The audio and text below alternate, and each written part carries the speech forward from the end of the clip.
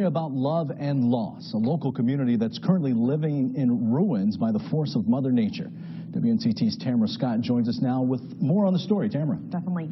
Ken, have you ever been somewhere and instantly felt a connection where you were? Like there was something special happening there? Well, that's how I felt the moment I stepped onto Lincoln Street in Kinston. Turns out a whole community once lived on that street and many others, but they were destroyed and almost forgotten. I talked with some people hoping to keep it alive.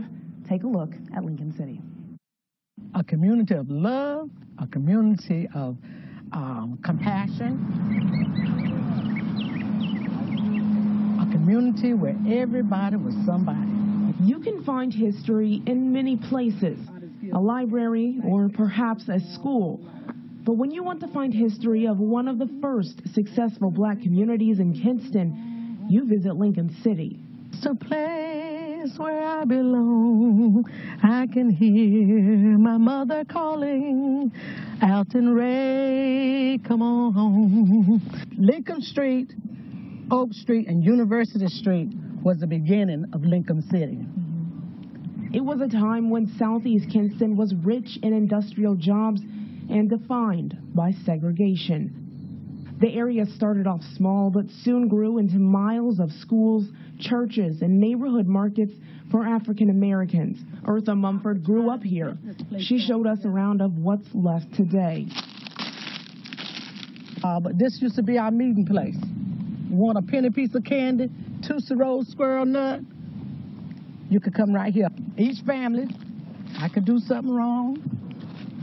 And if your mother saw me, she had the right to punish me. And then when I went home, I knew I was still in trouble. Oh, yeah.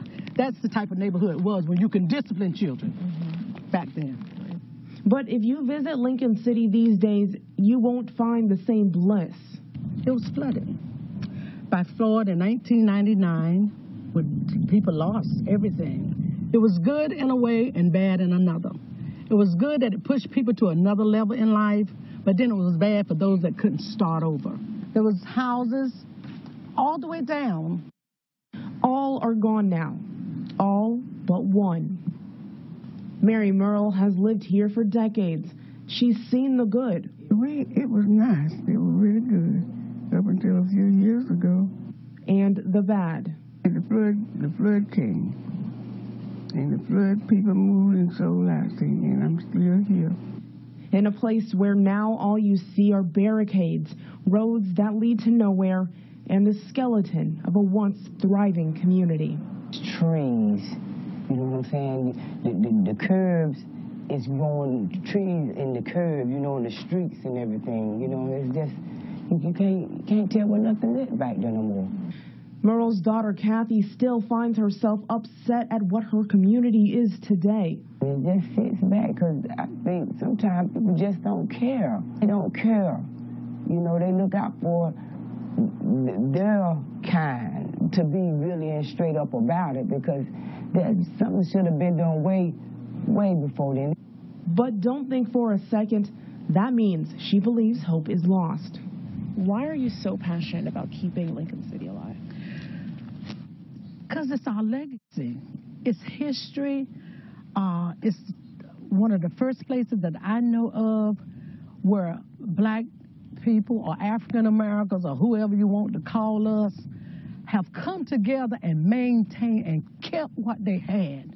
So for the time being, you can catch the surviving Lincoln City community members at their annual Lincoln City reunion.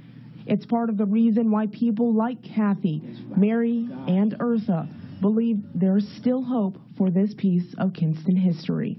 We were a people that loved one another, and today, that's why Lincoln City lives, because we still love one another. Such sweet people with a great history. Now, I know a lot of you are wondering why the land is so abandoned. Well, after Floyd, many of those people were forced to move away and were bowed out by FEMA, so now the land is property of the city. But those three women you just met are determined to build a memorial for those they've lost in the community they still hold dear to their heart. Tamara Scott, 9 on your side.